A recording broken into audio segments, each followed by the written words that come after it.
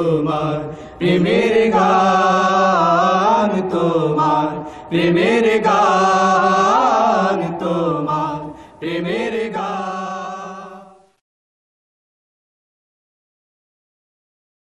এই পর্যায়ে আপনাদের সঙ্গে বিশ্ব মানবতার মুক্তির সনদ মহাগ্রন্থ কোরআন থেকে তাফসীর পেশ করছেন আল্লামা দেলোয়ার হোসেন সাইদি সাহেব।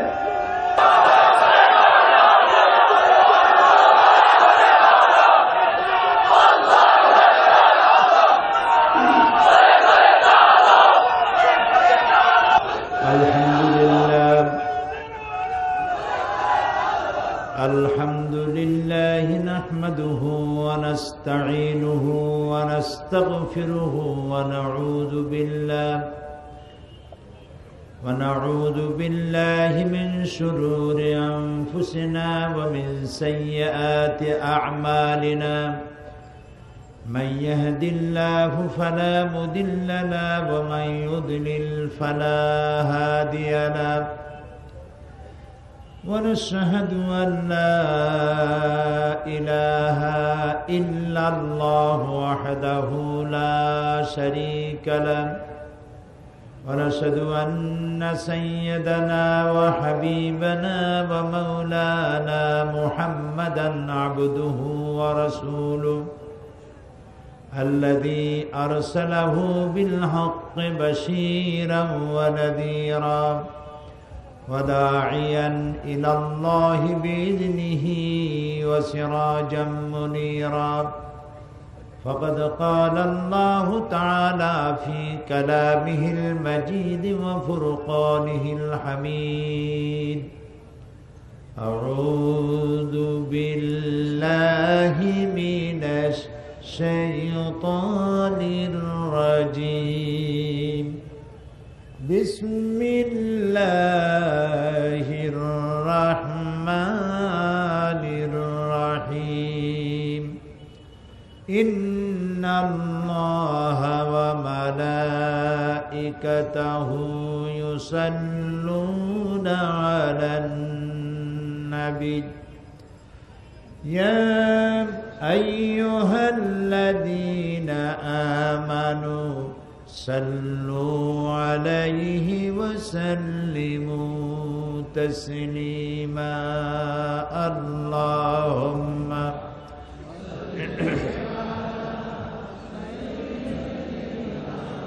مولانا محمد وعلى آل سيدنا مولانا محمد اللهم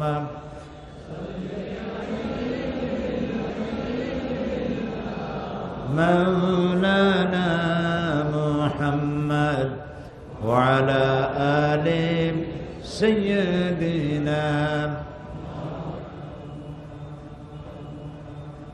بلغ العلا بكماله كشف الدجى بجماله حسنت جميع خصاله صلوا عليه وآله সিলেট আঞ্জুমানে খেদমতে কোরআন কর্তৃক আয়োজিত ৩১তম বার্ষিক তাফসীরুল কোরআন মাহফিলের সম্মানিত সভাপতি হযরত উলামায়ে কেরাম,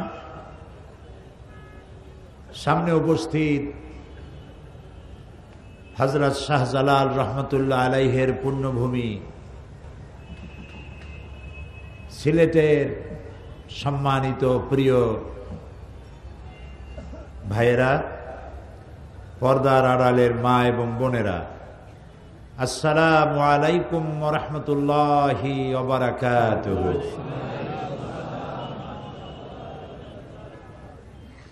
আমরা মহান আল্লাহ তাবারক ওয়া তাআলার দরবারে শুকরগুজার হচ্ছি, যিনি প্রায় 3 বছরের কাছাকাছি হলো এই ময়দানে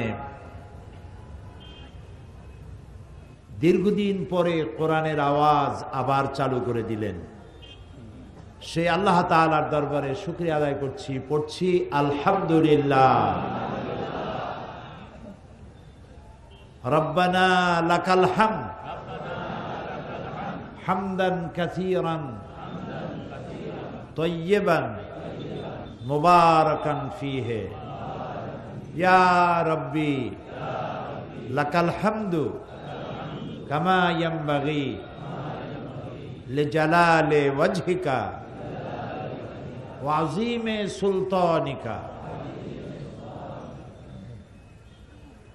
সেজদা অবনত চিত্তে শুকরিয়া আদায় করি বিশাল আকাশের মালিক, বিস্তীর্ণ এই জমিনের মালিক, কুল কায়নাতের মালিক আল্লাহ সুবহানাহু ওয়া তাআলা, যিনি 2টি বছর ধরে কোরআনের বিশাল বিশাল তাফসীরুল কোরআন মাহফিল যারা বন্ধ করে রেখেছিল, তাদের চক্রান্ত এবং ষড়যন্ত্র থেকে আল্লাহ তাআলা কোরআনের তাফসীরের বদ্ধ দরজা সিলেটের ময়দান থেকে আল্লাহ তাআলা খুলে দিলেন। আজ সে আল্লাহর দরবারে সেজদা অবনত চিত্তে শুকর আদায় করছি, পড়ছি আলহামদুলিল্লাহ। বিগত 2টি বছর আমাকে কোরআনের তাফসীরের মাহফিল করতে দেওয়া হয়নি। যারা ক্ষমতায় ছিলেন তাদের ধারণা ছিল দুর্নীতিমুক্ত সমাজ গড়ার জন্য রোড শো প্রয়োজন, কিছু বাস আর গাড়ি দিয়ে গান গায়ে গায়া আর দুদক তৈরি করে দুর্নীতিমুক্ত করবেন। শেষ পর্যন্ত তারা কোনো কিছুই করতে পারলেন না, সবই হাল ছেড়ে দিলেন এবং বললেন যে আমরা পারলাম না। কিয়ামত পর্যন্ত কেউ পারবে না। রোড শো করে গান গায়া, ওপেন কনসার্ট করে গান গায়া গায়া, মাথার অনেকগুলো চুল ঝাঁকায়া ঝাঁকাইয়া, সব চুল যদি পড়েও যায়, দুর্নীতি বন্ধ হবে না। দুর্নীতি বন্ধ করার জন্য আল্লাহ রাব্বুল আলামিন যে ফর্মুলা দিয়েছিলেন, যে কিতাব দিয়েছিলেন, আল্লাহ তাআলার সেই কিতাবকে ছেড়ে দেওয়ার কারণে দুর্নীতি তো দূর হয়নি, স্থায়ীভাবে আসন গেড়ে বসেছে। দিল্লিতে এক ফকির ভিক্ষা করতেছিল আর বলতেছিল, একটা পয়সা দিলা দে রে রাম, একটা পয়সা দিলা দে রে রাম। তো লোকেরা তাকে পয়সা দিতেছে, পয়সা দিতে দিতে পয়সা স্তূপ হয়ে গেছে। এখন এত পয়সা নেবে কি করে? সে তো ছোট্ট থলি নিয়ে আসছিল, এত পয়সা হবে ভাবতে পারেনি। এখন বস্তার প্রয়োজন, তো ভিক্ষুক মানুষ বস্তা পাবে কই? আরো আধা অন্ধ, চোখে দেখে কম, কানে শোনে বেশি। বলতেছে একটা বস্তা দেলা দে রে রাম। তো একজনে দয়া করে একটা বস্তা দিছে। এখন বস্তায় পয়সার এত ওজন হয়েছে যে এইটা সে একা আর বহন করতে পারছে না। তখন বলতেছে একটা ঘোড়া দেলা দে রে রাম। বলতেছে ঘোড়া আর দেয় কে? এমন সময় এক পুলিশ যাচ্ছিল একটা ঘোড়ায় সওয়ার হয়ে, এই ঘোড়াটা নিয়ে কোথাও যাচ্ছিল, ঘোড়ার একটা বাচ্চা হয়েছে। এখন ঘোড়া টানবে, নিজে চড়বে না বাচ্চা টানবে, মুসিবতে পড়ে গেছে। আর পাশেই দেখো একজন ঘোড়া চাইতেছে। পুলিশ তাকে ডেকে বলি, দাঁড়া, ইয়ে ঘোড়া আপনা কাঁধা पे ले ले। এখন ওই পুলিশের তাড়া খেয়ে ঘোড়াটারে কান্দে করছে, কান্দে করে বলছে, উল্টা সমঝিলে রে রাম, আমি চাইছিলাম ঘোড়া আমার দিবা, আমি ঘোড়ার পিঠে সওয়ার হয়ে পয়সা নিয়ে যাব, আর আস্তা ঘোড়াটা আমার কাঁধের উপর উঠাই দিলা তুমি। দুর্নীতি দমন করার জন্য তারা গান বাজনা, ওপেন কনসার্ট, শাস্তি, জেল, জরিমানা, জুলম ইত্যাদি পাইকারি দরে করতে লাগলো। হেলিকপ্টারে উঠা মাইক্রোস্কোপ যন্ত্র লাগাইয়া কোথায় কোথায় দুর্নীতি আছে তালাশ করতে লাগলো। শেষ পর্যন্ত দেখা গেল যিনি দুর্নীতি খুঁজতেছেন তিনিও এর থেকে কতটা মুক্ত সেটাও প্রশ্নবিদ্ধ। আমি বলতেছি না যে তারা দুর্নীতিবাজ, আমি বলছি না, প্রশ্নবিদ্ধ। মূল যে বিষয়টা ছিল সে বিষয়টা ছিল যে দুর্নীতি দূর করতে পারবে যে কিতাবখানি, সেই কিতাব থেকে আমরা দূরে। এই কিতাবখানি তো অবতীর্ণ হয়েছিল এমন একটি সময়, যে সময় মানুষ চুরি করত, ডাকাতি করত, জেনা করত, ব্যভিচার করত। ব্যভিচারের জন্য একটা মেয়ে প্রয়োজন, মহিলা প্রয়োজন। সে মহিলাটি, সে নারীটি কার বউ, কার মেয়ে, কার স্ত্রী, কার মা দেখার কোনো প্রয়োজন পড়তো না। এই ছিল তাদের অবস্থা। সেই যুগে কোরআন অবতীর্ণ হওয়ার পর এই কোরআনের আলোতে, এই কোরআনের কারণে যারা ছিল চোর, ডাকাত, নারীর ইজ্জত এবং সম্ভ্রম হরণকারী, সেই লোকগুলি নারীর সম্মানের পাহারাদার হয়ে গেল। সুবহানাল্লাহ বলবেন না? চুরি ডাকাতি যাদের নিত্য নৈমিত্তিক চরিত্র, সেই লোকগুলি হয়ে গেল মানুষের সম্পদের পাহারাদার হয়ে গেল। মরুভূমির রাখালগুলি রাখালগিরি করে বেড়ায়, চুরি করে ডাকাতি করে বেড়ায়। মরুভূমির রাখালগুলি ন্যায় বিচারক বাদশা হয়ে গেল। মরুভূমির রাখালগুলি, পথচারী মরুচারী লোকগুলি, হাইজাকার লুটেরাগুলি এ কোরআন শরীফের সংস্পর্শে এসে তারা ন্যায় বিচারক বাদশা হয়ে গেলেন। তারা দিগ্বিজয়ী সেনাপতি হয়ে গেলেন। তারা ন্যায় বিচারক বিচারপতি হয়ে গেলেন। সুবহানাল্লাহ বিহামদিহি। আমাদের দুর্ভাগ্য, এই কিতাবটারে চিনতে পারিনি। এই কিতাবের সাথে আমাদের সম্পর্ক কমে গিয়েছে।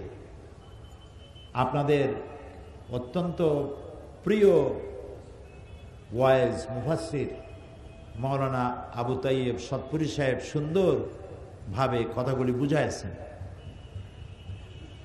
এই কোরআন থেকে দূরে সরার কারণেই শুধু মুসলমান জাতি নয়, গোটা পৃথিবীর, গোটা মানব জাতির আজ যে ধস নেমেছে মনুষ্যত্বে, ধস নেমেছে নৈতিকতা, ধস নেমেছে সভ্যতা, এ সবটির একটি কারণ এই কোরআন থেকে বিচ্ছিন্ন হয়ে যাওয়া। আমি তিনটা ভুলের কথা বলবো। কয়টা ভুল আমরা আমাদের জীবনে, আমার মিল্লাত, মুসলিম মিল্লাত তিনটি ভুল করেছে তার জীবনে। এক নম্বরে ভুল করেছে, ইসলামকে মনে করেছে শুধুমাত্র একটি গতানুগতিকভাবে একটি ধর্ম। দুই নম্বরে ভুল করেছে, কোরআনকে মনে করেছে গতানুগতিকভাবে একটি ধর্মগ্রন্থ। তিন নম্বরে মুহাম্মদ রাসূলুল্লাহ, সবাই বলেন সাল্লাল্লাহু আলাইহি ওয়াসাল্লাম, তাকে মনে করা হয়েছে একজন ধর্মীয় নেতা। এই তিনটি জায়গায় আমরা ভুল করেছি। তিনটি জায়গায় আমরা ভুল করেছি। আমাদের মনে রাখতে হবে যে ইসলাম এটি শুধুমাত্র ধর্ম নয়, একটি পূর্ণাঙ্গ জীবন ব্যবস্থার নাম হলো ইসলাম। হিন্দু ধর্ম, খ্রিস্টান ধর্ম, বৌদ্ধ ধর্ম, এই ধর্মগুলি যেমন ধর্ম, ইসলাম ওই রকম কোন একটি ধর্মের নাম নয়। আপনি যদি কোরআন শরীফ তালাশ করেন, কোরআনের কোন শব্দের অর্থ ধর্ম? ইসলামকে আল্লাহ তাআলা ব্যবহার করেছেন দ্বীন শব্দ দিয়ে। কি বলেছেন বলুন তো? দ্বীন। এবং আদ-দ্বীন বলেছেন, মানে একমাত্র জীবন ব্যবস্থা। এটার নাম কি? সবাই বলেন ইসলাম। নাম কি? ইসলাম। তো যেটা পূর্ণাঙ্গ জীবন ব্যবস্থা সেটাকে আমরা ইসলাম মনে করেছি। আমি যদি প্রশ্ন করি হিন্দু ধর্ম কারে বলে, আপনি বলবেন 12 মাসে 13 পূজা জারি করে, 33 কোটি দেবতাকে যারা দেবতা হিসেবে মানে, গাছ পূজা করে, সূর্য পূজা করে, সাপ পূজা করে, এটা হিন্দু ধর্ম। খ্রিস্টান ধর্ম কোনটা? ক্রস ঝুলায়, ঈসা আলাইহিস সালামকে জেসাস খ্রাইস্ট বলে এবং তাকে সন অফ গড বলে। রবিবার দিন গির্জায় যায়, এটা খ্রিস্টান ধর্ম। তাহলে ইসলাম কি? ইসলাম ধর্ম যারা নাকি নামাজ পড়ে, রোজা রাখে, দাড়ি রাখে, মাথায় টুপি দেয়, এটা হলো ইসলাম ধর্ম। হইল? বলেন হইল? এটা হলো না। ইসলাম একটি পূর্ণাঙ্গ জীবন ব্যবস্থার নাম, এটি গতানুগতিকভাবে একটা ধর্ম নয়। এখন কোরআনকে গীতা, বেদ, বাইবেল, ত্রিপিটক, জিন্দা বিস্তার যেমন ধর্মগ্রন্থ, আপনি কি কোরআনকে সেরকম ধর্মগ্রন্থ মনে করেন? আমি জবাব চাচ্ছি, আপনি সেরকম মনে করেন? কোন মুসলমান তা মনে করতে পারে না, এবং যারা লেখাপড়া করে তারাও এটা মনে করতে পারে না যে এটা ওই রকম নয়। ওখানে কিছু গল্প গুজব, দেবতার কাহিনী, কিছু লীলা, কিছু কীর্তি, কিছু বিভিন্ন ধরনের কথাবার্তা আছে। আমি সম্মান করি সমস্ত ধর্মগ্রন্থকে, কিন্তু কোরআন ওর থেকে ভিন্ন। কোরআন এত ভিন্ন যে ওর সাথে এর কোনো সম্পর্কই নেই, এটা একদম আলাদা একটি কিতাব। এখানে আপনি সব পাবেন। আপনি প্রশ্ন করুন, মানুষের জীবনের জন্য প্রয়োজন এমন একটা প্রশ্ন করুন যেটা কোরআন শরীফে জবাব নেই। সুবহানাল্লাহ বলবেন না? আপনার আমার জীবনে, মানবতার জীবনে, এটা কিন্তু হুদাল্লিল মুসলিমিন নয় শুধুমাত্র। কোরআনের কারীমের মধ্যে আল্লাহ তাআলা কি বলেছেন এটাকে? হুদাল্লিল নাস। আন্নাস, আন্নাস, নাসের আগে যে আলিফ লাম লাগানো হয়েছে, আলিফ লাম ইস্তিগরাকি, এর অর্থ হচ্ছে কোরআন যেদিন নাজিল হয়েছে সেদিন থেকে নিয়ে কিয়ামত পর্যন্ত যত মানুষ আসবে, দল, মত, বর্ণ, জাতি নির্বিশেষে গোটা মানব গোষ্ঠীর জন্য সর্বশেষ হেদায়েতের কিতাব কোরআন। এটা শুধু আমার জন্য আর আপনার জন্য। আমি দাবি করতেই পারবো না যে কোরআন শুধু মুসলমানদের। যেমন বেদ লোয়ার কাস্ট, হিন্দু ধর্মের লোকের বর্ণ, নিম্ন বর্ণ শ্রেণীর হিন্দুরা যদি বেদ স্পর্শ করে 14 গোষ্ঠী নরকে যাবে। এখানে শুধুমাত্র ব্রাহ্মণদের অধিকার। কোরআন সম্পর্কে এরকম কথা আছে যে মৌলভী সাহেব, হুজুররা ছাড়া এই কোরআন কেউ স্পর্শ করতে পারবে না, 14 গোষ্ঠী হাবিয়া দোজখে যাবে। আছে এমন কথা? না। হুদাল লিন্নাস, হাযা বায়ানুল লিন্নাস, গোটা মানব গোষ্ঠীর জন্য আল্লাহ তাআলা কোরআনে কারীমকে পাঠাইছেন। সুবহানাল্লাহ। মানব গোষ্ঠীর জন্য হেদায়েতের কিতাব। গত অক্টোবর মাসে আমাকে দুবাই সরকার দাওয়াত দিয়েছিল। আরব আমিরাতের উপরাষ্ট্রপতি, প্রধানমন্ত্রী এবং দুবাইয়ের শাসক মোহাম্মদ বিন রাশেদ আল মাকতুম, তিনি দাওয়াত দিয়েছিলেন আমাকে বক্তব্য রাখার জন্য। পৃথিবীর 72টা দেশ সেখানে অংশগ্রহণ করেছিল। আন্তর্জাতিক কোরআন হেফজ কম্পিটিশন। ওখানে আমার জন্য বক্তব্য রাখার জন্য দুবাই ন্যাশনাল ঈদ গ্রাউন্ড, সেখানে আমাকে বক্তব্যের জায়গা দেওয়া হলো। ওখানকার পত্রিকায় লিখেছে উপস্থিতি ছিল 250,000-এর ওপরে। আমার বক্তব্যের বিষয় ছিল the scientific miracles in the holy Quran, কোরআনের বিজ্ঞানময় মুজিজা। 2 ঘন্টা বক্তব্য রেখেছিলাম। ওরা আমার এই বক্তব্যকে সিডি বিসিডি করে বিনামূল্যে বিতরণের ব্যবস্থা করেছে দুবাই সরকার, এবং বাংলাদেশে সেই বক্তৃতা বইয়ের আকারে ছাপা হয়েছে। 2 ঘন্টার বক্তৃতা। সেখানে বক্তৃতার বিষয় ছিল কোরআনের বিজ্ঞানময় মুজিজা। তো আমাকে সাবজেক্ট পাঠায় দেওয়া হয়েছে যে এই সাবজেক্টের উপর বক্তব্য রাখতে হবে। তো আমি কোরআন শরীফ খুঁজতে লাগলাম বিজ্ঞানের আয়াত কি পরিমাণ পাওয়া যায়। তো আমি তো, লোকেরা আমাকে আন্দাজে মুফাসসিরে কোরআন বলে, আসলে তো আমি কোরআনের তালিবে ইলম, কোরআনের ছাত্র। মুফাসসিরে কোরআন হওয়ার যে যোগ্যতা থাকা দরকার সেটা আমি এখন অর্জন করতে পেরেছি বলে মনে হয় না। আমি কোরআন শরীফ খুঁজতে লাগলাম, আমার কাছে ধরা পড়লো অন্তত 1000 খানেক আয়াত আছে শুধু বিজ্ঞান সম্পর্কিত। আজকের বিজ্ঞান যে কথাগুলি বহু পরিশ্রম, বহু মেধা খরচ করে, বহু বিলিয়ন, মিলিয়ন, ট্রিলিয়ন ডলার খরচ করে যে তথ্য আবিষ্কার করছে, সে কথাগুলি আল্লাহ রাব্বুল আলামিন 1450 বছর আগে এ কোরআনে কারীমের মধ্যে আগেই বলে রেখেছেন। সুবহানাল্লাহ। এর মধ্যে বিজ্ঞান আছে, দর্শন আছে, ইতিহাস আছে, সব আছে, কি নাই? এর মধ্যে মাত্র 500 আয়াত হচ্ছে হুকমে শরঈ, হালাল এবং হারাম, বৈধ এবং অবৈধ সম্পর্কে আছে 500 আয়াত। মোট আয়াত সংখ্যা কত? এটা আপনাদের মুখস্থ কথা, 6666। কিন্তু যারা গুনেছেন তারা এর মধ্যে মতবিরোধ করেছেন, কিছু কম বেশি আছে। হোক, আমাদের ধারণাই যদি 6666 হয় বা এর থেকে কিছু কম বেশি হয়, তাহলে আমি বললাম 500 আয়াত হচ্ছে বৈধ অবৈধর ব্যাপারে। তাহলে বাকি হাজার হাজার আয়াতগুলি কি? বাকি আয়াতগুলি হচ্ছে ইতিহাস, বিজ্ঞান, পারিবারিক নীতি, রাষ্ট্রীয় নীতি, যুদ্ধনীতি, সন্ধিনীতি, চুক্তিনীতি, সব সমস্যার সমাধান। কাকে আগে বসাবেন, কাকে পিছে বসাবেন, কাকে কোথায় জায়গা দেবেন, তাও কোরআন শরীফে বলা হয়েছে। কি নাই, কাকে কি সম্মান দিবেন, পারিবারিক ভাবে কাকে কি সম্মান দিবেন, কাকে কতটা ভালোবাসবেন, মরে গেলে পরে জমিন কারে কতটুকুন দিবেন, আছে না সব কোরআনে? বলেন আছে না সব? সব এর মধ্যে আছে। সেই কোরআন থেকে আমরা পিছলে গেছি, দূরে গেছি। আমি ভূমিকা দিচ্ছি, তাফসিরে যাচ্ছি একটু পরে, অসুবিধা হচ্ছে না তো? জানতে হবে, বুঝতে হবে।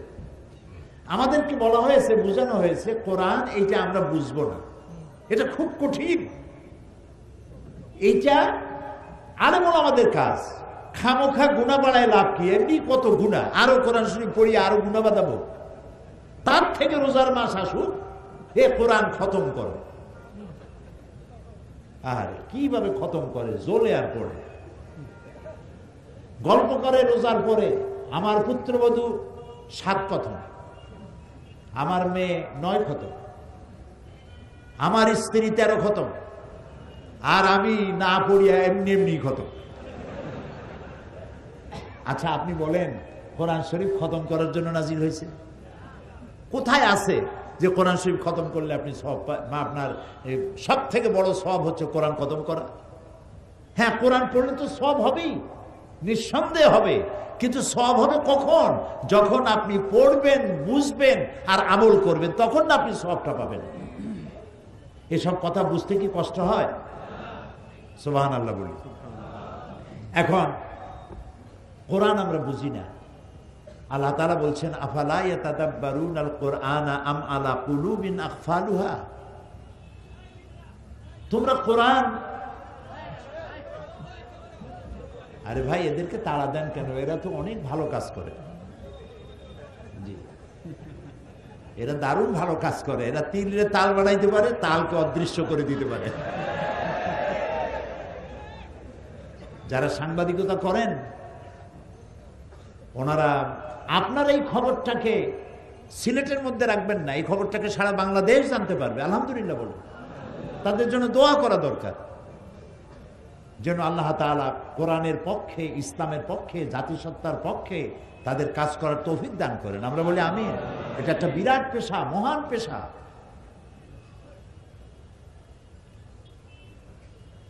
তো কোরআনে কারীমকে আমরা বলতেছি যে কোরআন বুঝবো না, খুব কঠিন। এখন সাহেবে কোরআন কি বলে? এ কোরআনের মালিক কে? এরকম আস্তে কথা কোন আপনারা? আরে ভাই, আমি তো আপনাদেরকে স্যালুট করি, আপনাদেরকে সালাম জানাই লাখবার কোটিবার। 2 বছরের কোরআনের বদ্ধ দরজা সিলেটবাসীরা খুলে দিয়েছে।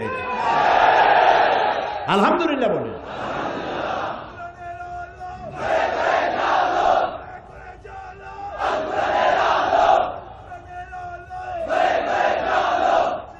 অন্ধকার দূরীভূত হবে কোরআনের আলোতেই ইনশাআল্লাহ। অমাবস্যা সারা পক্ষকাল থাকে না, এরপর পূর্ণিমার ঝলমলে আলো, সূর্যের আলো দিয়ে আলো বিকিরণ করে গোটা পৃথিবীকে আলোয় আলোয় উদ্ভাসিত করে দেয়। হযরত আলী রাদিয়াল্লাহু তাআলা আনহু কাররামাল্লাহু ওয়াজহাহু কি সুন্দর কথা বলেছেন। হযরত আলী বলেছেন, বিপদ যত বড় হোক, যত কঠিন হোক, তা কখনো চিরস্থায়ী হয় না। ভয় পাওয়ার কোনো কারণ নেই। তা আমরা মালিককে জিজ্ঞেস করি, কিসের মালিক? কোরআনের মালিক। কথা যেন মনে থাকে। আর আমি জানি সিলেটের লোকদের মেমোরি ভালো। কাকে জিজ্ঞেস করব? চলুন কোরআনের মালিককে জিজ্ঞেস করি। তিনি আবার এমন মালিক, তার গোলামেরা জিজ্ঞেস করতে পারে, এটা তিনি জানেন। সেই জন্য সোয়ালে মুকাদ্দারের জবাব প্রশ্ন করার আগেই তিনি জবাব দিয়ে রেখেছেন। সূরা কামার 4 বার একটা কথা বলেছেন আল্লাহ রাব্বুল আলামিন। সূরা কামারে একই কথা 4 বার, একটি প্রশ্নের জবাব তিনি প্রশ্ন করার আগেই দিয়ে দিয়েছেন। ওয়ালাকাদ ইয়াসসারনাল কুরআনা লিযিকর ফাহাল মিন মুদ্দাকির। ওয়ালাকাদ ইয়াসসারনাল কুরআনা লিযিকর। আমি ওয়ালাকাদ, আমি অবশ্যই, নিশ্চয়ই কোরআনকে মানুষের কাছে বোঝার জন্য সহজ করে দিয়েছি। ফাহাল মিন মুদ্দাকির, আছে কি কেউ এর থেকে উপদেশ গ্রহণ করা? আল্লাহ বলেন সহজ করেছি, আর আমি যদি বলি কোরআন বোঝা কঠিন, তাহলে আমার ঈমান থাকবে? নাউযুবিল্লাহি মিন যালিক। আরে আল্লাহ কয় সহজ, আমি বানাইছি কঠিন। আমাকে বলা হয়েছে কোরআন পড়ো, ইকরা বিসমি রাব্বিকাল্লাযী খালাক। আমার উপরে প্রথম অর্ডার, আমার নবীর উপরে প্রথম অর্ডার, পড়ো। আমি জিজ্ঞেস করতে চাই সিলেটের সুশিক্ষিত অধিবাসীদেরকে, বলুন তো পৃথিবীর কোন ধর্মগ্রন্থে আছে পড়ো এই কথা দিয়ে শুরু হয়েছে? আছে কোন ধর্মগ্রন্থ? কোরআন। আল্লাহ বলছেন পড়ো পড়ো পড়ো, রিড এন্ড রিড। যত পড়বে ততই তোমার জ্ঞান বাড়বে। তোমার রবের নামে পড়ো। আল্লাহ বলছেন এটা পড়ো, আর আমি পড়তেছি না। আমি পড়তেছি কি, এটা বোঝা খুব কঠিন, এর থেকে হাদিস সহজ। আসুন আমরা হাদিস পড়ি। এখন আবার বুখারী শরীফ খতম সিলসিলা চালু হয়েছে। কোরআন শরীফের তাফসিরের বাড়ির কাছেও নাই, বুখারী শরীফ খতম করতেছি। আপনারা মাদ্রাসাগুলি তালাশ করে দেখেন, তাফসিরের ক্লাসে ছাত্র কম, হাদিসের ক্লাসে ছাত্র বেশি। শাইখুল হাদিস তো পাওয়া যায়, কিন্তু শাইখুল তাফসির পাওয়া যায় না, যথেষ্ট অভাব। শাইখুল হাদিস বললে মানুষ কি করবে দিশা করতে পারে না সম্মানের ঠেলায়, কিন্তু শাইখুল তাফসির খুঁজেও পাওয়া যায় না, আর পাইলে পরেও ওই মর্যাদা হয় না যা শাইখুল হাদিসের হয়। এটা তো ঠিক যে হাদিস হচ্ছে কোরআনের ব্যাখ্যা। হযরত আব্দুল্লাহ ইবনে মাসউদ রাদিয়াল্লাহু তাআলা আনহু বলেছেন, আমরা যখন কোনো হাদিস উল্লেখ করি তখন বুঝতেই হবে আমি কোরআনের ব্যাখ্যা করতেছি। সুবহানাল্লাহ বলেন। হাদিস হচ্ছে কোরআনের, বলেন না কেন? আমার আবার অভ্যাস আমার শ্রোতাদেরকে আমার সাথে রাখা, কথা বললে সাথে থাকে, আর কথা না বলাইলে মন চলে যাবে জিন্দা বাজারে, আর আমি মুর্দা বাজারে বক্তৃতা করবো, একটা কথা হয়। তা আমি সেই জন্য সাথে রাখতে চেষ্টা করি। আপনারা রাগ করেন না তো? হাদিস হচ্ছে কোরআনের ব্যাখ্যা। তো ব্যাখ্যার কাছে আমি কখন যাব? যখন আমি আসল জানবো। আমি আসলই জানি না, ব্যাখ্যার পিছনে লেগে আছি। এটা কি হয়? আগে তো আসল জানতে হবে, পরে আমি ব্যাখ্যার কাছে যাব, ঠিক কি না? আসল কোনটা? এই কোরআন। এই কোরআনের যেখানে আমি বুঝবো না সেখানে কোথায় যাব? হাদিসের কাছে যাব। কারণ এই কোরআনে কারিমের মধ্যে 5 ওয়াক্ত নামাজের কথা আছে, ওয়াক্তগুলি বলা আছে, কিন্তু জোহরে কয় রাকাত, আসরে কয় রাকাত, মাগরিবে কয় রাকাত তা কি কোরআন শরীফে আছে? বলেন আছে? নাই। আমাকে নামাজ পড়তে হলেই যেতে হবে কোথায়? হাদিসের কাছে। নামাজ যে পড়তে হবে এটা বুঝলাম কোথায়? কোরআন শরীফে। এখন পড়তে হবে কিভাবে, ওইটার জন্য যেতে হবে কার কাছে? হাদিসের কাছে। আমাকে জাকাত দিতে বলা হয়েছে, স্বর্ণ রৌপ্য জমা করুন আর জাকাত দাও, অর্থ সঞ্চয় করো না, জাকাত দাও, এটা এখানে বলা আছে। কিন্তু সোনা কতটুকুন হলে দেব, রূপা কতটুকুন হলে দেব, গরু কয়টা হলে দেব, ধান কয় মন হলে দেব, তা কি আছে কোরআনে? আরে ভাই কথা কোন আছে? সবাই না জানলে আলেমরা তো জানেন, ওলামারা বলবেন, আমার কথা ভুল হলে তাও বলে দেবেন। তাহলে আমি জাকাত দিতে হবে এটা ফরজ জানলাম, দেব কেমনে সেইটা জানার জন্য কোথায় যাব? হাদিসের কাছে যাব।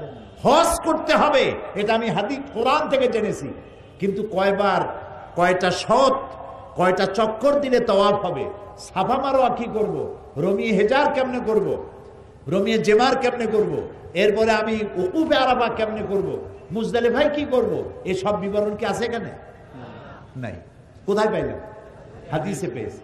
জুমার নামাজ পড়তে হবে বলা হয়েছে, জুমার দিন ফাসাউ ইলা যিকরিল্লাহ এই পর্যন্ত বলা শেষ। কিন্তু জোহরের নামাজ পড়ি যেই সময়, ওই সময় তো আমি কি পড়ি?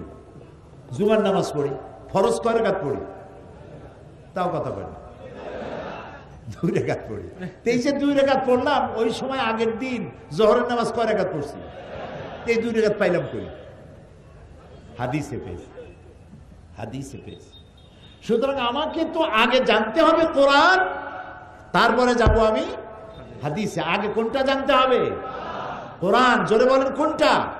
সেই জন্য আল্লাহ তাআলা বারবার বলেছেন আফালা তাআকিলুন, আফালা তুবসিরুন, আফালা ইয়াশউরুন। কতবার বলেছেন, মাথায় গিলু নাই, ব্যাককল, তোমার আকল নাই, বুঝ নাই, বোঝো না?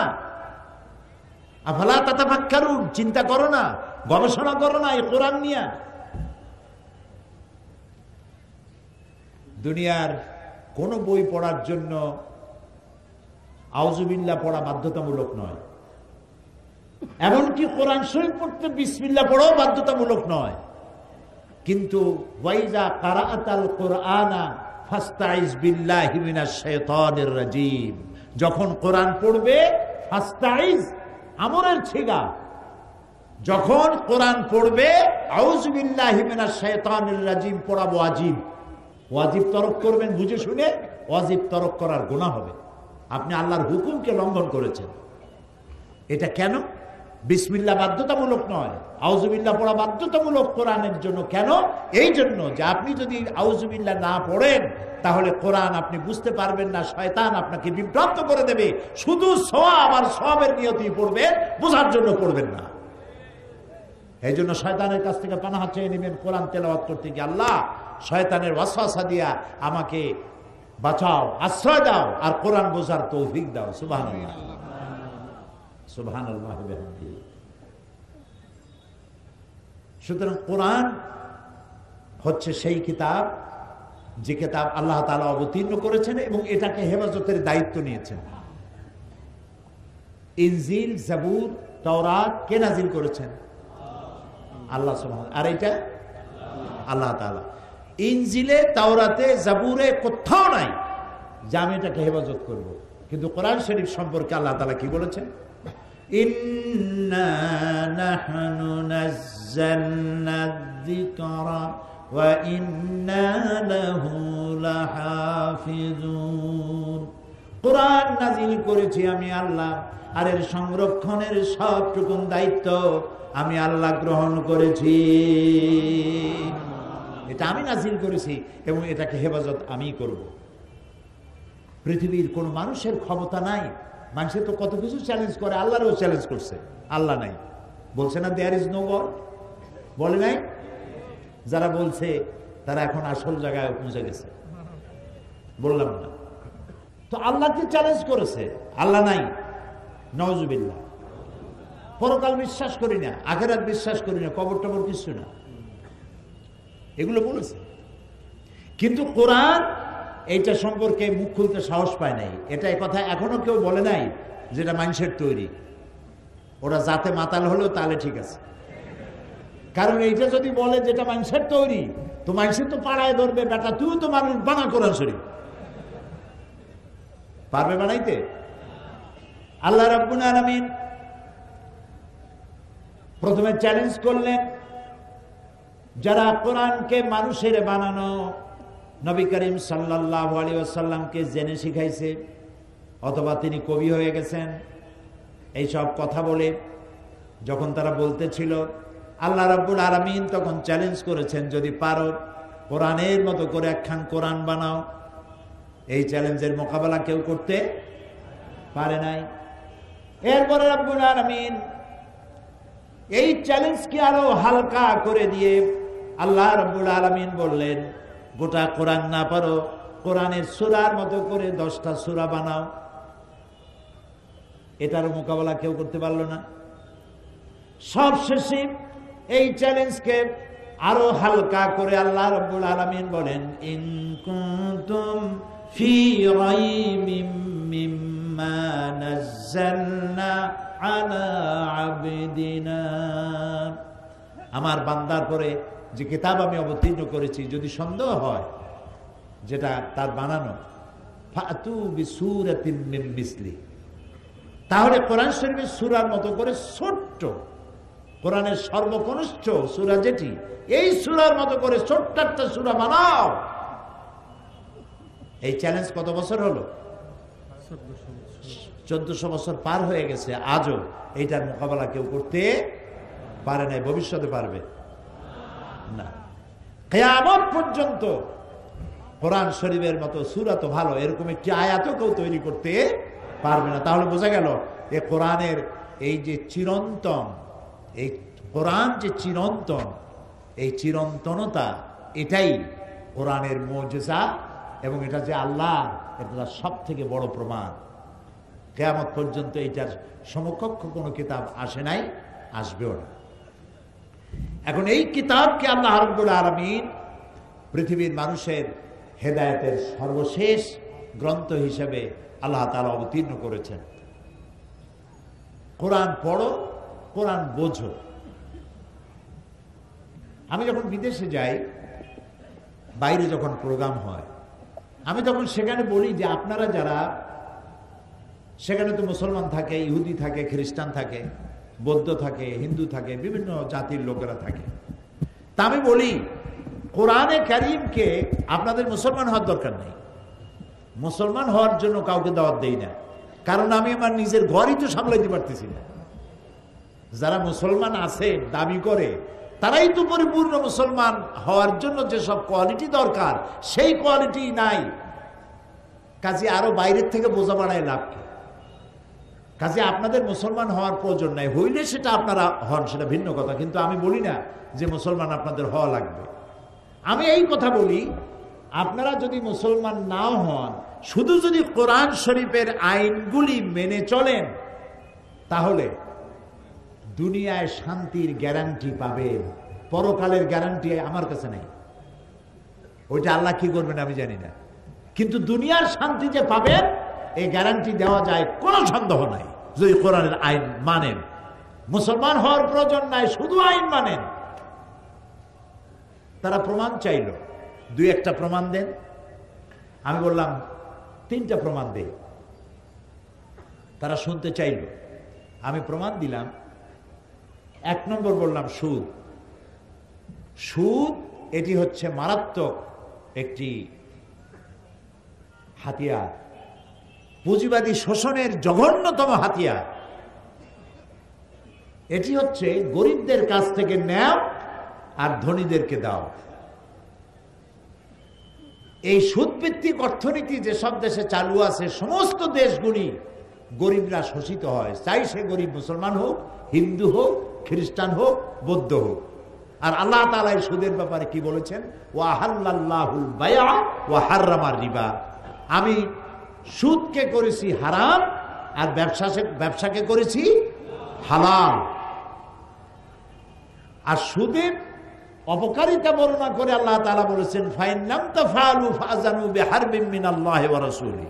সুদ হচ্ছে এত বড় মারাত্মক অপরাধ, এই অপরাধ থেকে যদি বিরত না থাকো, তাহলে আল্লাহ এবং রাসূলের পক্ষ থেকে তোমাদের বিরুদ্ধে যুদ্ধের ঘোষণা রইল। নাউজুবিল্লাহ বলুন। নবী করিম সাল্লাল্লাহু আলাইহি সাল্লাম বলেছেন, সুদের মধ্যে 70টি গুনাহ। কয়টা গুনাহ? তার ছোট্ট গুনাহ হলো নিজের গর্ভধারিণী মাকে নিকাহ করা। নাউজুবিল্লাহি মিন যালিক। এখন এই জঘন্যতম হাতিয়ার সুদ, যারা এনজিওর কাছ থেকে লেনদেন করেন তারা বোঝেন যে সুদের মজা কি। সুদের সুদ তস্যচুদ সুদ, চক্রবৃদ্ধি আকারে সুদ দিতে দিতে আসল টাকা সুদ সহ বহুবার ফেরত দেওয়ার পরেও সুদের থেকে মুক্ত মানুষ হতে পারে না, মারাত্মক জঘন্য। আল্লাহ তাআলা এটাকে হারাম করে দিল। এখন যদি রাষ্ট্র আইন করে এই সুদকে বন্ধ করে দিয়ে যদি সুদভিত্তিক অর্থনীতি বন্ধ হয়ে গিয়ে যদি যাকাত ভিত্তিক অর্থনীতি চালু হয়ে যায়, তাহলে এর দ্বারা উপকৃত হবে কি মুসলমান না হিন্দু খ্রিস্টান বৌদ্ধ সবাই হবে? বলেন, বলেন না, জবাব দেন না। সবাই হবে। গেল 1 নম্বর।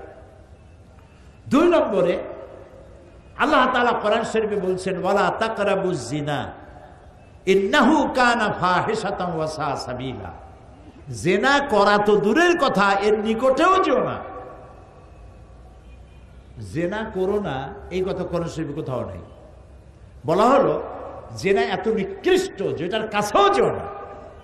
তো কাছে যেতে গেলে নিশ্চয়ই কিছু রুট আছে, কিছু রাস্তা আছে, এই রাস্তাগুলিতেও যেও না। সে রাস্তাগুলি কি? জিনার নিকটবর্তী হওয়ার জন্য যে রাস্তাগুলি, তার মধ্যে একটা হচ্ছে ব্লু ফিল্ম, অশ্লীল নাচ, অশ্লীল গান, অশ্লীল সাহিত্য, নারীর সৌন্দর্য প্রদর্শনী ইত্যাদি। এখন এই যে জিনিসগুলির নাম আমি বললাম, এই জিনিসগুলি যদি চালু থাকে সমাজে, কি কি বললাম মনে আছে? মনে আছে? এই রাস্তাগুলি যদি চালু থাকে তাহলে এর দ্বারা নির্যাতিতা হবে সকল শ্রেণীর নারীরা, চাই সে মুসলমান হোক, চাই সে হিন্দু হোক, চাই সে বৌদ্ধর মেয়ে হোক। ঠিক কিনা? কথা সত্য কিনা? এখন রাষ্ট্র যদি এই রুটগুলি বন্ধ করে দেয়, জেনা করার রুট, জেনা করার রাস্তা, লাইনগুলি বন্ধ যদি রাষ্ট্র করে, সৌন্দর্য প্রদর্শনী নিষিদ্ধ, ব্লু ফিল্ম প্রদর্শনী নিষিদ্ধ, ছায়া, অশ্লীল ছায়াছবি, অশ্লীল গান, নারীর সৌন্দর্য প্রদর্শনী ইত্যাদি নিষিদ্ধ, রাষ্ট্র যদি আইন করে বন্ধ করে দেয়, আপনারাই বলেন এর দ্বারা কি উপকৃত হবে শুধুমাত্র মুসলমান মেয়েরা, না সব জাতি ধর্ম দল মত নির্বিশেষে সকল নারীরা তাদের ইজ্জত এবং সম্ভ্রমের গ্যারান্টি পাবে? কথা ঠিক কিনা? আসুন 3 নম্বরে, সমস্ত পাপের উৎস কি বলতে পারবেন? মদ এবং জুয়া সমস্ত পাপের উৎস। ওয়াসআলুনাকা আনিল খামরি ওয়াল মাইসিরি কুল ফীহিমা ইসমুন কাবীর। হে নবী, আপনাকে প্রশ্ন করা হয় মদ এবং জুয়া সম্পর্কে, আপনি বলুন ইসমুন কাবীর, এটা মারাত্মক গুনাহ, মারাত্মক অপরাধ। শিরক এটাকে কিন্তু বড় গুনাহ বলা হয়নি। আমি যদি প্রশ্ন করি সব থেকে বড় গুনাহ কি, আপনারা জবাবে বলবেন কি বলেন তো? শিরক। আমি জানি এই জবাবটা আপনারা দিবেন, কিন্তু শিরককে বড় গুনাহ বলা হয় নাই। অবশ্যই বড় গুনাহ, কিন্তু কোরআনে কারীম এটাকে বড় গুনাহ বলে নাই, এটাকে বলা হয়েছে ইন্নাশ শিরকা লা যুলমুন আযীম। এটা বড় জুলম, বড় অত্যাচার। জুলম কারে বলে? উলামায়ে কেরাম জানেন, ওয়াদউল শাই ফি গায়রি মুহাল্লি। জুলুম বলা হয় যে জিনিসটা যেখানে রাখার সেখানে না রেখে অন্য জায়গায় রাখার নাম হলো, বলেন, জুলম। যেমন এই চশমাটা রাখার জায়গা কোথায়? চোখে। আমি এখানে রেখে দিলাম, তাহলে চশমার উপরে কি করা হলো? জুলুম করা হলো। টুপিটা রাখার জায়গা কোথায়? আমি টুপিটা মাথায় না রেখে হাঁটু উঁচু করে বসে হাঁটুর মাথায় রাখলাম, তাহলে টুপির উপরে কি করা হলো? জুলুম করা হলো। দুধ রাখতে হয় কোথায়? পাত্রে। পাত্রে না রেখে আপনারা মাছ ধরে, মাছ রাখেন কিসে? জাল বাইয়া মাছ ধরেন যখন, তারপরে যার মধ্যে রাখেন ওইটার নাম কি? খোলই। এখন আপনার দুধ বোতলে না রাখে যদি খাবারের মধ্যে রাখেন, তাহলে দুধের উপরে কি করলেন? জুলুম করে ভালাইছেন। এই তো বুঝে ভালাইছেন, একেবারে বাংলা কথা।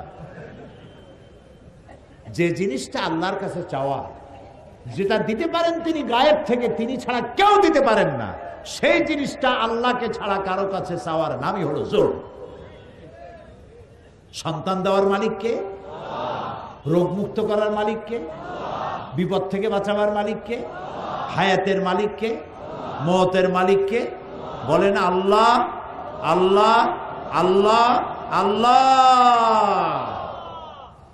সেই আল্লাহকে ছাড়া অন্যের কাছে যখন চাইবেন এই সব বিষয়, তখন আপনি জুলুম করে বসলেন। এটাকে জুলুম বলা হয়েছে, বড় জুলুম। কিন্তু এটা অবশ্যই বড় গুনাহ, কোনো সন্দেহ নেই, কিন্তু একমাত্র বড় গুনাহ নয়। সব বড় গুনার মধ্যে এটাও একটি বড় গুনাহ। কিন্তু আল্লাহ তাআলা বড় গুনাহ হিসাবে ইসমুন কাবীর বলেছেন মদ আর জুয়াকে। মদ এবং জুয়া এই দুটি জিনিস মানুষকে মাথা খারাপ করে দেয়। আরে ভাই একটু সময় দেন, একটু স্ন্যাপ নিচ্ছে, কি অসুবিধা? একটা মিনিট একটু সহ্য করতে পারেন না? আমাদের ধৈর্য আরো দরকার হবে। জি ভাই, আপনি ভয় পেন না, বসে। মদ আর জুয়া, জুয়ায় অসুবিধা কি? জুয়ায় অসুবিধা হলো এক্ষুনি যদি আপনাকে 1 লক্ষ টাকা কেউ দেয়, ওই টাকাটার কোনো গুরুত্ব হবে আপনার কাছে? বলেন বলেন, গুরুত্ব হবে? এই টাকা দিয়ে আপনি যা মূল্য তাই কিনবেন, যা খুশি তাই করবেন। তো 10 টাকা দিয়ে যদি লেগে যায় 10 লাখ টাকা পেয়ে গেছেন, আপনি তো মানুষের মানুষ মনে করবেন না, আপনি অহংকারী হবেন, ফেরাউন হয়ে যাবেন। যা চান তার চাইতে অনেক বেশি পাইছেন, এত পাও পাইছেন, কোথায় রাখবেন বসার জায়গাও নাই। তখন আপনি ফেরাউন হবেন, নমরুদ হবেন। এই জন্য জুয়া মানুষকে মাতাল করে দেয়, দিক বিদিক শূন্য করে দেয়, কি করবে দিশা করতে হবে, কাণ্ড জ্ঞান বর্জিত করে দেয়। আর এই পয়সাটা যদি 10 লাখ টাকাই হোক, আর 10 টাকাই হোক, আর 100 টাকাই হোক, তা যদি ইনকাম করতে গায়ে মাথার ঘাম পায়ে পড়ে, 10 লাখ টাকার চাইতে 100 টাকার দাম তার কাছে অনেক বেশি। এটা আয় করতে কষ্ট হয়েছে। আর মদ, যারা এগুলি খায়, নানান রকমের কি বলে, কোকেইন, হেরোইন, চর্স, তারপরে বাহাবা ট্যাবলেট নাকি ইয়াবা ট্যাবলেট, তারপরে এই সব জিনিস, তারপরে পানি জাতীয়। ওদের জিজ্ঞেস করছি এগুলো খাও কেন? কয় হুজুর বুঝবেন না, খাইলে পরে একটা ভাব সৃষ্টি হয়, একটা রাজা রাজা ভাব। এই যে রাজা রাজা ভাব, এই ভাবটায় তার জ্ঞানটাকে, তার কাণ্ডজ্ঞান, তার কমন সেন্সকে বিলুপ্ত করে দেয়। আর কমন সেন্স যখন বিলুপ্ত হয়, তখন সে মানুষ হত্যা করতে পারে, জেনা করতে পারে, ডাকাতি করতে পারে, বোমা মারতে পারে, সব পারে। আল্লাহ তাআলা বলেছেন কুল ফীহিমা ইসমুন কাবীর, মারাত্মক গুনাহ। এখন মদ আর জুয়া যদি বন্ধ করে দেওয়া হয়, রাষ্ট্র যদি বলে আমার দেশে মদ জুয়া চলবে না, বন্ধ করে দিলাম, এর উৎপাদন, বিপণন এবং সেবন সম্পূর্ণ নিষিদ্ধ, এটা যদি রাষ্ট্র করে দেয়, তাহলে মদ্য আর জুয়ারিদের যন্ত্রণা থেকে শুধু মুসলমানেরাই হেফাজত পাবে নাকি? হিন্দু, খ্রিস্টান, বৌদ্ধ, জাতি, ধর্ম, দল, মত নির্বিশেষে সকলের জন্য কল্যাণ হবে না? আমি সেখানে বললাম এই 3টা উদাহরণ যথেষ্ট, আরো বহুত আছে, দিলাম না। এই 3টা উদাহরণ যথেষ্ট। কোরআন শুধু মুসলমানদের জন্য আসে নাই, আল্লাহর কসম, কোরআন শুধু মুসলমানদের জন্য আসে নাই। এটা মুসলমানদের জন্য হতো যদি আল্লাহ হতেন আলহামদুলিল্লাহ রব্বিল মুসলিমিন। আল্লাহ কি রব্বিল মুসলিমিন শুধু? তাহলে রব্বুল আলামিন কেন পড়ি? তিনি সকলের রব, সকল সৃষ্টি তার, আল্লাহ তাআলা। সেই জন্য তিনি যে আইনের কিতাব তৈরি করেছেন, বই তৈরি করেছেন, এটাকে সার্বজনীন। যারা ইসলামকে, এই যে যারা বলে আমরা একটা অসাম্প্রদায়িক সমাজ গড়তে চাই, রাষ্ট্র গড়তে চাই, এদের মাথার ঘিলু কি পরিমাণ আমি জানি না, কি খাইয়া বলে তাও জানি। আরে ভাই, কোন মুসলমান কেন বলবে আমি অসাম্প্রদায়িক রাষ্ট্র করতে চাই? ইসলাম তো সাম্প্রদায়িক নয়, ইসলাম চির উদার। সুবহানাল্লাহ।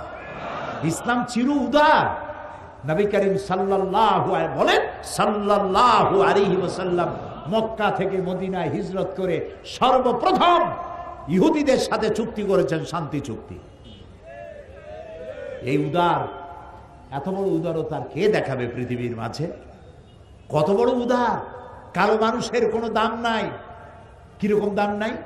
কৃতদাসী মালিক তাকে গর্ভবতী করেছে অবৈধভাবে, 7-8 মাস গর্ভের বয়স হয়েছে, বন্ধুদের দাওয়াত দিয়েছে, বৈঠকখানায় কৃতদাসীকে উলঙ্গ করেছে সকলের সামনে, এবং আরেকটা কৃতদাসকে দিয়ে তার পেট চিরেছে, পেট চিরে বাচ্চা বের করেছে, বাচ্চাটা ছটফট করে মরছে আর মা ছটফট করে মরছে। এই দৃশ্য দেখে এই বন্য জানোয়ারেরা তারা বন্য হাসিতে, ভূত প্রেতের মতো উৎকট হাসিতে তারা ফেটে পড়ত, আনন্দ করত। কালো মানুষকে তারা মানুষ মনে করত না। 1978 সনে 78 আমি আমেরিকা সফরের সময় ওইখানে পত্রিকায় দেখলাম এক সাদা ট্রাক ড্রাইভার, সে গাড়ি চালাতে গিয়ে একটা কালো মানুষকে রাস্তার সাথে স্যান্ডউইচ করে দিয়েছে, ফিসে দিয়েছে। পুলিশ যখন তাকে জিজ্ঞেস করলো, একটা মানুষকে তুমি এরকম ফিসে দিলে কেন? কয় যে আমি তো মানুষ মনে করিনি, দূরের থেকে একটা টায়ার মনে করেছি। মানুষকে কত ঘৃণা করলে, কালো বলে তাকে ঘৃণা করে তাকে টায়ার বানাই দিল। ওরা ওদের রাষ্ট্রীয় ভবনকে হোয়াইট হাউস বানালো যাতে ব্ল্যাক কোনোদিন ঢুকতে না পারে। আল্লাহ তাআলা হোয়াইট হাউসে ব্ল্যাক ঢুকাইই দিলেন। তিলকাল আইয়ামু নুদাবিলুহা বাইনান নাস। ইতিহাসের মহাকালের ঘূর্ণায়মান চক্রের আবর্তনে এটাই হয়, যা আমরা বুঝি না। আল্লাহ অনেক আগে তিনি বুঝে রেখেছেন, তিনি সর্বজ্ঞাত, সবকিছুই তিনি জানেন। সুবহানাল্লাহ। শুধু কালো মানুষ ঢুকায় নাই, কালো প্রেসিডেন্টের কালো বউ কয়দিন পরে কালো বাচ্চাও দেবে সেখানে।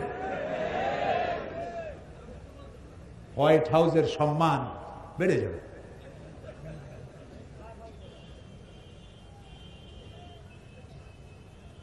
প্রিয় ভাই সব,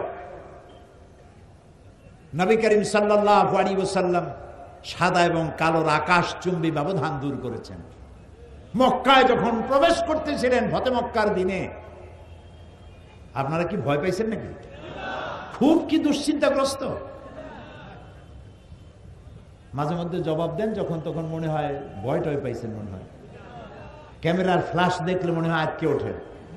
আরে ভাই, ভয় পাওয়ার কারণ নাই। বদরের বিজয় হয়, ওহদের পরাজয় হয়, আবার সামনে ফতে মক্কার হাতছানি থাকে।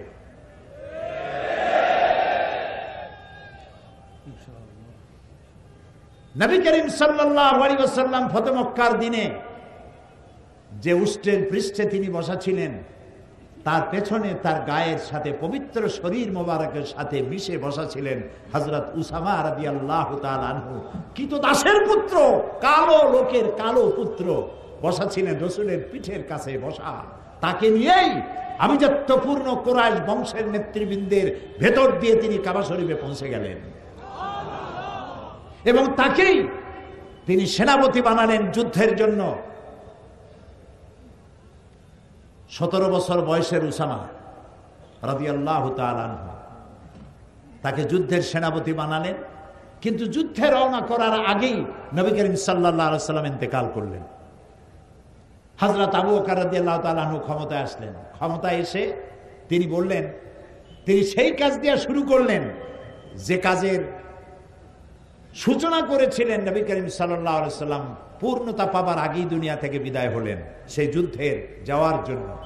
সেটা দিয়ে তিনি তার খেলাফতের কাজ শুরু করলেন। হযরত উসামা সেনাপতি, ঘোড়ার পৃষ্ঠে আরোহণ করেছেন খলিফার নির্দেশে। এগিয়ে চলছে তার পেছনে সাহাবীরা। কারা সেই সাহাবী? হযরত ওমর, হযরত খালিদ বিন ওয়ালিদ, বড় বড় সাহাবীরা সব পেছনে চলছেন, আর তিনি উটের পিঠের উপরে বসা সেনাপতি, কৃতদাসের পুত্র, কালো উসামা বিন যায়েদ রাদিয়াল্লাহু তাআলা। আর তার পাশে হযরত আবু বকর খলিফাতুল মুসলিমিন আমিরুল মুমিনিন পাশে পায়ে হাঁটতেছেন আর বলছেন, উসামা, নবী করিম সাল্লাল্লাহু আলাইহি ওয়াসাল্লাম এই যুদ্ধের সেনাপতি তোমাকে বানাইছেন এবং লিস্টে যে সব সাহাবী নাম ছিল তাদেরকে আমি তোমার সাথে দিয়ে দিলাম। ওমরেরও নাম ছিল এখানে। আমি নতুন রাষ্ট্রের দায়িত্ব পেয়েছি, ওমরের মতো লোক আমার পাশে থাকা দরকার। তুমি যদি অনুমতি দাও তাহলে ওমরকে আমি আমার কাছে রাখি। চিন্তা করতে পারে, মাথায় ঢুকে কথা। হযরত উসামা বিন যায়েদ রাদিয়াল্লাহু তাআলা চোখে পানি ফেললেন, বললেন, আমিরুল মুমিনিন, আমার খুব কষ্ট হচ্ছে, আমি ঘোড়ার পৃষ্ঠে বসা, আমিরুল মুমিনিন পায়ে হাঁটতেছে, আমার কাছে অনুমতি আছে, যে পর্যন্ত আমাকে রেখে দিতে পারে। এই হচ্ছে ইসলাম। ইসলাম যা দুনিয়াকে দিয়েছে কেউ দিতে পারে নাই। সুতরাং অসাম্প্রদায়িক রাষ্ট্র চাই, সমাজ ব্যবস্থা চাই, এই কথা ওরাই বলতে পারে যারা কোরআন, হাদিস আর ইসলাম সম্পর্কে 4 পয়সা জ্ঞান নাই।